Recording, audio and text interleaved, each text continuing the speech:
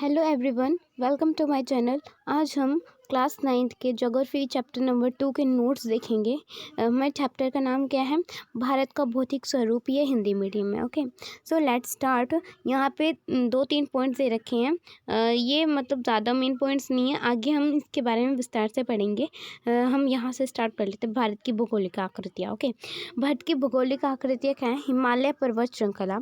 इसके अंदर भारत की 6 भौगोलिक आकृतियाँ।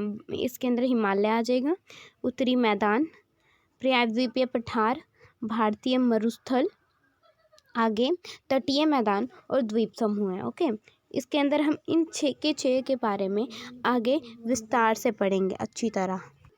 Okay, so let's start. आगे देखते हैं। सबसे पहले हिमालय पर्वत श्रृंखला के बारे में पढ़ेंगे। हिमालय पर्वत क्या है? हिमालय पर्वत के बारे में जान लेते हैं।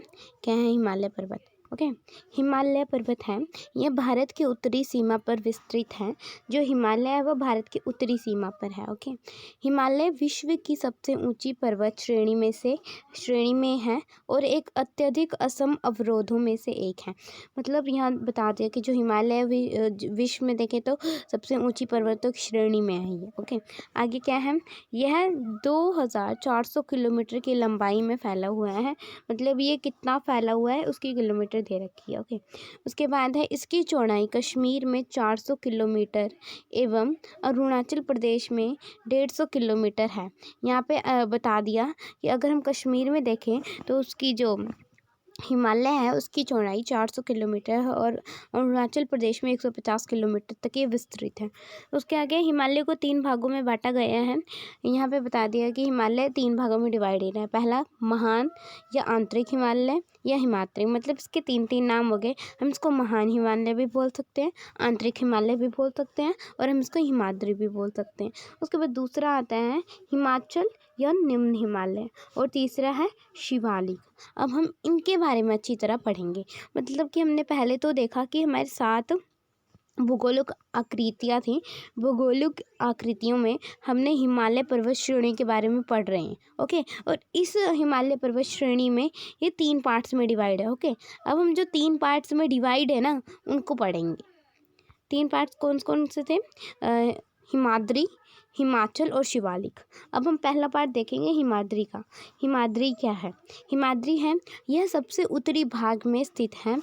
हिमाचल में भी मैंने बताया जो हिमालय पर्वत है, हिमालय पर्वत में मैंने बताया कि वो उत्तरी भाग में स्थित है। ये हिमाद्री भी उत्तरी भाग में स्थित है। ओके, इसकी लंबाई लगभग 6000 मीटर है। इसकी लंबाई कितनी है? 6000 मीटर है। इंपॉर्टेंट है। उसके बाद है यह सर्वाधिक ऊंचा शिखर है। ये सबसे अधिक ऊंचा शिखर है। उसके बाद है इसमें हिमालय के कुछ मुख्य शिखर भी हैं। जैसे कि हिमाद्री में अब कुछ मुख्य शिखर बता दें जो हिमालय के आ जाते हैं। मतलब यहाँ दिखा रखे हैं। हाँ, उनकी पूरी लिस्ट है कि जो माउंट एवरेस्ट है, यहाँ पे ये भी बता रखे हैं जो माउंट एवरेस्ट है अगर हम देखें तो उसकी वो कौन से देश में है? वो नेपाल में है और ऊंचाई क्या है? 8848 है। कोई उसके बाद दूसरा है कंचनजंगा। कंचनजंगा हमारे भारत में ही हम सभी को पता है। उसकी ऊंचाई क्या है? 8598। उसके बाद मकालू नेपाल में है ये, इसकी ऊंचाई 8481। उसके बाद धौलागिरी नेपाल में है ये भी और इसकी ऊंचाई है 8172। उसके बाद है नंगा पर्वत, अन्नपूर्णा, नन्दा देवी।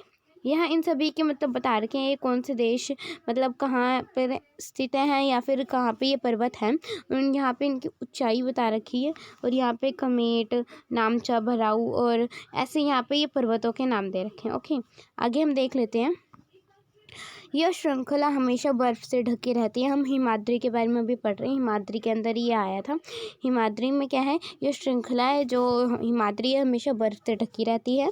इससे बहुत सी हिमानियों का प्रभाव भी होता है। ओके, उसके बाद है हिमाचल या निम्न हिमालय। अभी हमने हिमाद्री के बारे में पढ़ा, हम हिमाचल या निम्न हिमालय के बारे में देखेंगे। यह हिमाद्री के दक्षिण में स्थित श्रृंखला है। हिमाद्री कहाँ स्थित थी? हिमाद्री उत्तर में स्थित थी। ओके, और ये जो हिमाचल है अगर हम इसकी बात करें तो हिमाचल हिमाद्री के दक्षिण में स्थित है।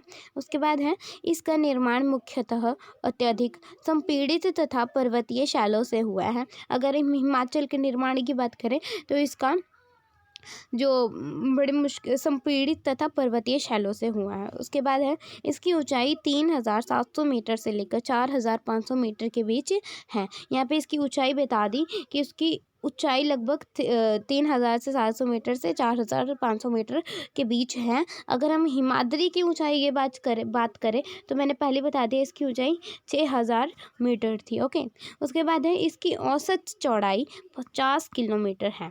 उसके बाद है पीर पंजाब श्रृंखला सबसे लंबी तथा महत्वपूर्ण श्रृंखला है। ये बहुत ज़्यादा इम्पोर्टेंट है कि पूछ लेते हैं कि जो कौन सी श्रृंखला है जो सबसे लंबी है और महत्वपूर्ण श्रृंखला है वो पीर पंजाब है।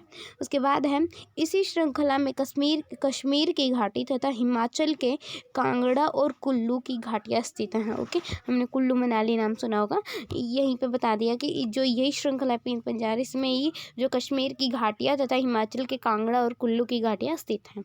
उसके बाद है ये क्षेत्र पहाड़ी नगरों के लिए जाना जाता है। ठीक है, किसके बारे में पढ़ रहे हैं? हिमाचल के बारे में पढ़ रहे हैं।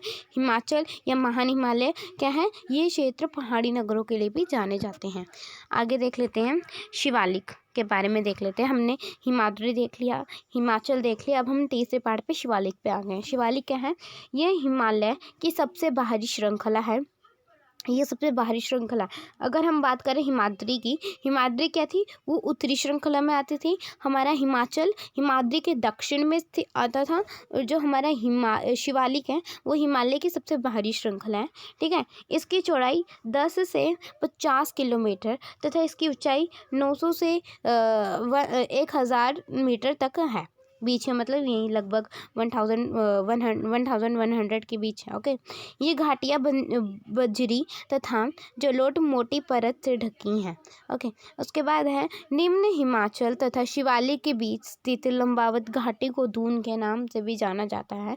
जो निम्न हिमालय, यहाँ हिमाचल की ही बात हुई है, जो हमने सेकंड पार्ट में पढ़ा, हिमाद्री के बाद हिमाचल देखा था, तथा शिवालिक के बीच जो स्थित लंबावत घाटी है उसे हम दून के नाम से जानते हैं। ओके, उसके बाद है कुछ प्रसिद्ध दून है, यहाँ दून बता दें। दून क्या है? जैसे देहरादून हो गया, कोटली दून हो गया, और भी आदि। ठीक है, उसके बाद है सतलुज एवं सिंधु के बीच स्थित हिमालय के भाग को पंजाब हिमालय के नाम से जाना जाता है। यहाँ बता दें, हम पूछ भी लेते हैं एग्जाम्स में कि सतलुज और सिंधु के बीच जो हिमालय का भाग स्थित है उसको हम पंजाब किस नाम से जानते हैं? पंजाब हिमालय के नाम से जानते हैं। उसके बाद आगे है पश्चिम से पूर्व तक इसे कश्मीर तथा हिमाचल हिमालय के नाम से जाना जाता है। यहाँ पे तो बताया सतलुज एवं सिंधु के बीच स्थित हिमालय के भाग को पंजाब हिमालय के नाम से जाना जाता है। ठीक है, अगर पूछ ले पश्चिम, अगर इसी हिमालय का पूछ ले कि जो सतलुज और सिंधु के बीच जो पंजाब हिमालय पाया जाता है, पश्चिम से पूर्व तक इसे किस नाम से जाना जाता है? कश्मीर तथा अगर हम पश्चिम से पूर्व की बात करें तो इसको कश्मीर तथा हिमाचल हिमालय के नाम से जाना जाता है। और आगे देखें तो सतलुज तथा काली नदी के बीच हिमालय को कुमाऊन हिमालय कहा जाता है। ओके, उसके बाद है काली तथा तीस्ता नदियाँ नेपाल हिमालय का तथा तीस्ता एवं दिहांग नदियाँ असम हिमालय का सीमांकन करती हैं। यहाँ बताया, अगर पूछ लें आगे एग्जाम्स में पूछे कि काली तथा तीस्ता नदियाँ हैं जो, वो किन का मतलब कहाँ सीमांकन करती हैं? वो नेपाल हिमालय में सीमांकन करती है, और तीस्ता एवं दिहांग नदियाँ असम हिमालय में करती हैं। ओके, उसके बाद है ब्रह्मपुत्र हिमालय की सबसे पूर्वी सीमा बनाती है। नेक्स्ट है पूर्वांचल या पूर्वी पहाड़ियाँ। पूर्वांचल या पूर्वी पहाड़ियाँ, इसमें गार्ज के बाद हिमालय दक्षिण की ओर एक तीखा मोड़ बनाते हुए तीखा मोड़ है यहाँ पे। ओके, बनाते हुए भारत की पूर्वी सीमा के साथ फैल जाता है। आगे है पूर्वांचल में पटकाई नागा मिजो मणिपुर पहाड़ियाँ शामिल हैं। यहाँ पे मतलब हम पढ़ रहे थे शिवालिक के बारे में पढ़ रहे थे। शिवालिक में पूर्वांचल या पूर्वी पहाड़ियाँ आ गई। अगर हम शिवालिक की बात करें, शिवालिक में ही मतलब कि पटकाई नागा मिजो मणिपुर ये सब पहाड़ियाँ शामिल हैं। ओके, उसके बाद है उत्तरी मैदान। अभी हमने क्या पढ़ा एक बार देख लेते हैं। अभी हमने सबसे पहले तो देखा हमने देख लिया हिमालय पर्वत श्रृंखला। हिमालय पर्वत श्रृंखला को पढ़ा हमने। हिमालय पर्वत श्रृंखला क्या होती है, हिमालय क्या है, हिमालय पर्वत है क्या। उसके बाद हमने इसके 3 पॉइंट्स पे पढ़े कि ये हिमालय पर्वत तो 3 पार्ट्स में डिवाइड है। पहला हमारा हिमाद्री था। ओके, हिमाद्री, उसके बाद दूसरा हमारे पास था, दूसरा ये रहा, दूसरा हमारे पास हिमाचल या निम्न हिमालय था। उसके बाद तीसरा शिवालिक था। हमने इन तीनों के बारे में पढ़ लिया है। हमने हिमालय पर्वत के बारे में पढ़ लिया है। अब हम देखेंगे उत्तरी मैदान के बारे में, मतलब हम भारत की भौगोलिक आकृतियों में हम दूसरे पार्ट को देखेंगे, उत्तरी मैदान के बारे में देखेंगे। ओके, अब देखते हैं उत्तरी मैदान क्या है। उत्तरी मैदान, ये उत्तरी मैदान क्या है। उत्तरी मैदान 3 प्रमुख नदी प्रणालियों से बनी है। यहाँ पे एक पॉइंट बता दिए, मेन पॉइंट है, वैसे इंपॉर्टेंट पॉइंट है ये, कि अगर पूछ ले उत्तरी मैदान किन नदी प्रणालियों से बनी है, तो कौन कौन से 3 मुख्य नदी इसके अंदर आते हैं, सिंधु, गंगा, ब्रह्मपुत्र। ओके, आगे है नेक्स्ट पॉइंट, ये मैदान जलोढ़ मृदा से बनी है, यहाँ मिट्टी है। जो ये मैदान है, अगर हम उत्तरी मैदान की बात करें तो वो जलोढ़ मिट्टी से बनी है। इसका विस्तार 7 लाख वर्ग किलोमीटर तक है। इसका विस्तार 7 लाख वर्ग किलोमीटर तक है। ओके, यह मैदान लगभग 2400 किलोमीटर लंबा एवं 240 से 320 किलोमीटर चौड़ा है। यहाँ पे लंबाई और चौड़ाई बता दें, अगर हम इस मैदान की बात करें तो 2400 किलोमीटर लंबा है और 240 से 320 किलोमीटर ये चौड़ा है। ओके, उसके बाद है ब्रह्मपुत्र नदी में स्थित माजोली विश्व का सबसे बड़ी नदीय द्वीप है। ये भी इम्पोर्टेंट है। अगर हम पूछ ले कि ब्रह्मपुत्र, क्वेश्चन में पूछ ले कि ब्रह्मपुत्र नदी में कौन सी ऐसी नदी है जो विश्व की सबसे बड़ी नदीय द्वीप है, वो क्या है, माजोली। उसके बाद है मृदा आवरण, पर्याप्त पानी की उपलब्धता एवं अनुकूल जलवायु के कारण कृषि की दृष्टि से अत्यधिक उत्पादक क्षेत्र है। अब यहाँ बता दिया एक ये भी इम्पोर्टेंट पॉइंट है, अगर उत्तरी मैदान की सारे पॉइंट्स बता रखे हैं कि उत्तरी मैदान की क्या खूबियाँ हैं, उत्तरी मैदान में क्या पाए जाते हैं। यहाँ पे बता दिया कि अगर हम पानी की उपलब्धता देखें या जलवायु देखें, अगर हम किसी कृषि की दृष्टि से देखते हैं कि खेती करने योग्य, तो ये बहुत अधिक उत्पादक क्षेत्र है, अच्छा क्षेत्र, यहाँ पे अच्छी मात्रा में कृषि करी जा सकती है। उसके बाद नदी के निचले भागों में ढाल कम होने के कारण नदी की गति कम हो जाती है, जिससे नदीय द्वीपों का निर्माण होता है। यहाँ पे बता दिया, अगर पूछ रहे नदीय द्वीपों का निर्माण कैसे होता है, ऐसे कि नदी के निचले भागों में ढाल कम होने के कारण नदी की गति कम हो जाती है, जिससे नदीय द्वीपों का निर्माण होता है। उसके बाद है ये अपने निचले भाग में गाढ़ एकत्र करने के कारण बहुत सी धाराओं में बढ़ जाती हैं, जिन्हें वितरिकाएँ कहा जाता है। ये इसी पॉइंट से रिलेटेड है। पहले तो बताया कि नदी द्वीपों का निर्माण करती हैं, कैसे होता है। उसके बाद बताया ये निचले भाग में गाढ़ एकत्र होने के कारण ये बहुत सारी धाराओं में बढ़ जाती है, जिसे वितरिकाएँ कहते हैं। उसके बाद है उत्तरी मैदान को 3 उपवर्गों में विभाजित किया गया है। उत्तरी मैदान को भी 3 उपवर्गों में विभाजित करा गया है। ओके, उसके बाद है उत्तरी मैदान के पश्चिमी भाग को पंजाब, ओके, यहाँ ये वाला पॉइंट कर रहे हैं कि उत्तरी मैदान के पश्चिमी भाग को पंजाब, आके देखते हैं। पंजाब का मैदान कहा जाता है। यह सिंधु तथा इसके सहायक नदियों द्वारा बना है। यहाँ पे बता दिया, अगर जो उत्तरी मैदान है उसके उत्तरी मैदान के पश्चिमी भाग को हम पंजाब के नाम से भी कहते हैं, और ये सिंधु तथा इसके सहायक नदियों द्वारा बना है। उसके बाद है यहाँ इम्पोर्टेंट पॉइंट है कि सिंधु तथा इसकी सहायक नदियाँ झेलमय एवं रावीय, व्यास तथा सतलज से निकलती हैं। यहाँ सिंधु तथा इसकी जो सहायक नदियाँ हैं वो झेलमय एवं रावीय, व्यास तथा सतलज से निकलती हैं। उसके आगे है आकृतिक विभिन्नता के आधार पर उत्तरी मैदानों को 4 भागों में विभाजित करा गया है। यहाँ पे एक और बताया था, उत्तरी मैदान को 3 उपवर्गों में विभाजित करा गया, ठीक है। और यहाँ पे हमको बता रहे आकृतिक, अगर हम आकार के आधार पर देखें तो आकृतिक विभिन्नता के आधार पर उत्तरी मैदान को 4 भागों में विभाजित किया गया है। उसके बाद है इसमें नदियाँ पर्वतों से नीचे आते समय शिवालिक की ढाल पर 8 से 16 किलोमीटर की चौड़ी पट्टी में कुटिका का निष्पेक्षण करती हैं। यहाँ पे बताया है। उसके आगे पढ़ लेते हैं। इसे भाबर के नाम से जाना जाता है। सभी सरिताएं इसमें लुप्त हो जाती हैं। यहाँ पे बताया है मेन क्या है, भाबर है। भाबर अगर पूछ ले क्वेश्चन में आ जाए भाबर क्या है, एनसीईआरटी के क्वेश्चन में भी है भाबर क्या है, तो क्या है इसमें क्या हो जाएगा, इसके अंदर नदियाँ पर्वतों से नीचे आते समय क्या है, नदियाँ पर्वतों से नीचे आते समय शिवालिक की ढाल पर 8 से 16 किलोमीटर की चौड़ी पट्टी में गुटिका का निष्पेक्षण करती हैं। इसी को हम भाबर कहते हैं। और इसमें जितने भी सरिताएं हैं वो विलुप्त हो जाती हैं। यहाँ हमने जान लिया भाबर किसे कहते हैं। ओके, आगे देख लेते हैं। इसी पट्टी के दक्षिण में ये सरिताएं एवं नदियाँ पुनः निकल आती हैं एवं नम तथा दलदली क्षेत्र का निर्माण करती हैं, जिसे तराई कहा जाता है।